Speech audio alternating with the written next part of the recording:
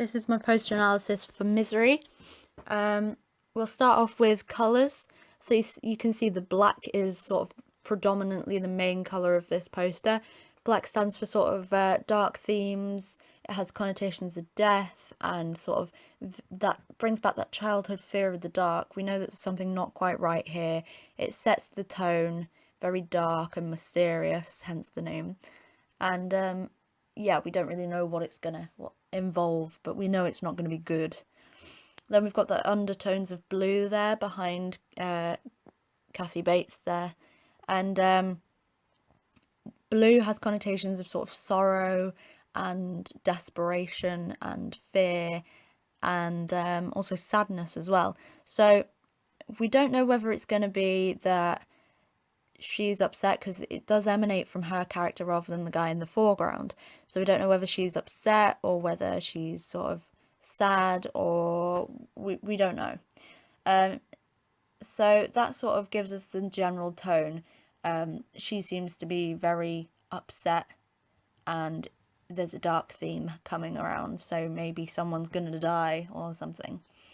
Now this is sort of a poster for the DVD rather than the actual film. So at the top it does have Metro-Goldwyn-Mayer at the top DVD, which is the production company who made it, but you can sort of ignore that because it's the same sort of thing. Then you've got based on the novel by Stephen King, screenplay by William Goldman, and directed by Rob Reiner. Now, they are all very prestigious names, especially Stephen King. If you like Stephen King's books and stories and things like that, you're going to go and see that. If you like other films that have been adapted of his things, like It and things like that, you're going to want to go and see it. Then you've got the main two people in it, James Caan and Kathy Bates. Kathy Bates is very famous, in my opinion. I know that she's been in a lot of things. She was in the 90s Annie. She was in Misery. She's been in American Horror Story now. She pops up in a few different things. Then you've got the sort of tagline.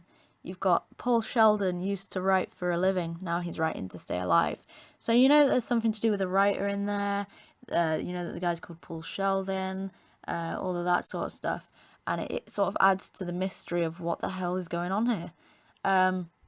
It's all in a very sort of, well, at the bottom, the tagline's in a sans serif font with a bit of a drop shadow, just about nice and easy to read, but it doesn't stand out too much. Then the rest of it, the names of the people and the cast and crew, is in serif font. It's got the little flicks on it, which actually makes it look a bit more refined, like it links to the writer theme. Then you've got the actual title, Misery, and that is sort of in a typewritery font, as though it's been written in a typewriter, and again links to the writing. It's also got that blue glow coming from it as well, which sort of gives away the impression that it's going to be quite sad and we don't really know what's going on.